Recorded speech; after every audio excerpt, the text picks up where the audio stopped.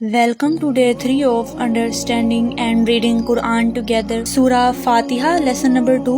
سورہ فاتحہ کے مضامین. اس صورت میں یہ مضامین بیان کیے گئے ہیں. نمبر 1, اس صورت میں اللہ رب العزت کی حمد و ثنا کا بیان ہے. نمبر 2, اللہ رب العزت کے رب ہونے، اس کے رحمان اور رحیم ہونے، نیز مخلوق کے مرنے کے بعد دوبارہ زندہ کیے جانے اور قیامت کے دن ان کے اعمال کی جزا ملنے کا ذکر ہے. نمبر 3, صرف اللہ رب العزت کے عبادت کا مستحق ہونے اور اس کے حقیقی مددگار ہونے کا ذکر ہے. نمبر 4, دعا کے آداب کا بیان اور اللہ رب العزت سے دین حق اور صراط مستقیم کی طرف ہدایت ملنے، نیک لوگوں کے حال سے موافقت اور گمراہوں سے اجتناب کی دعا مانگنے کی تعلیم ہے. یہ چند وہ چیزیں بیان کی گئی ہیں جن کا سورہ فاتحہ میں تفصیلی ذکر ہے. البتہ اجمالی طور پر اس صورت میں بے شمار چیزوں کا بیان ہے. بسم اللہ الرحمن الرحیم. ترجمہ: اللہ کے نام سے شروع جو نہایت مہربان رحمت والا ہے. بسم اللہ کے نام سے شروع. تفسیر سراۃ الجنان میں اس کی تفسیر کچھ اس طرح ہے. علامہ احمد ساوی رحمۃ اللہ تعالی علیہ فرماتے ہیں،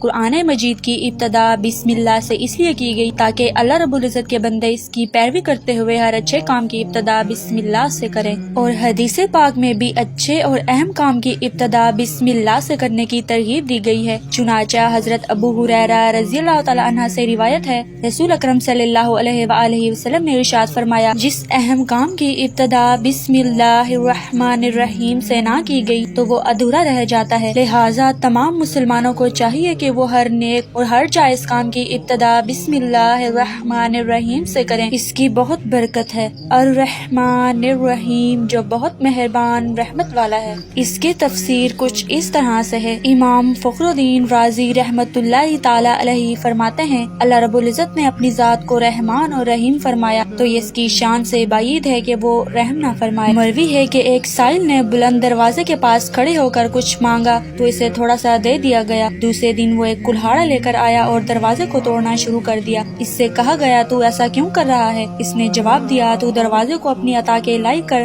یا اپنی عطا کو دروازے کے لائق بنا. اے ہمارے اللہ، رحمت کے سمندروں کو تیری رحمت سے وہ نسبت ہے جو ایک چھوٹے سے ذرے کو تیرے عرش سے نسبت ہے، اور تو نے اپنی کتاب کی ابتدا میں اپنے بندوں پر اپنی رحمت کی صفت بیان کی، اس لیے ہمیں اپنی رحمت اور فضل سے محروم نہ رکھنا. بسم اللہ سے متعلق چند شرعی مسائل. علماء کرام نے بسم اللہ سے متعلق بہت سے شرعی مسائل بیان کیے ہیں، جن میں سے چند یہ ہیں. نمبر 1، بسم اللہ ہر سورت کے شروع کی آیت نہیں ہے، بلکہ پورے قرآن کی ایک آیت ہے جسے ہر سورت کے شروع میں لکھ دیا گیا تاکہ دو سورتوں کے درمیان فاصلہ ہو جائے. اس لیے سورت کے اوپر امتیازی شان میں بسم اللہ لکھی جاتی ہے، آیات کی طرح ملا کر نہیں لکھتے. نمبر 2، تراویح پڑھانے والے کو چاہیے کہ وہ کسی ایک سورت کے شروع میں بسم اللہ آواز سے پڑھیں تاکہ ایک آیت رہ نہ جائے. نمبر 3، تلاوت شروع کرنے سے پہلے اعوذ باللہ من الشیطان الرجیم پڑھنا سنت ہے، لیکن اگر اسٹوڈنٹ ٹیچر سے قرآن مجید پڑھ رہا ہو تو اس کے لیے سنت نہیں. نمبر 4، اگر سورہ توبہ سے تلاوت شروع کی جائے تو اعوذ باللہ اور بسم اللہ دونوں کو پڑھا جائے، اور اگر تلاوت کے دوران سورہ توبہ آ جائے تو بسم اللہ پڑھنے کی حاجت نہیں.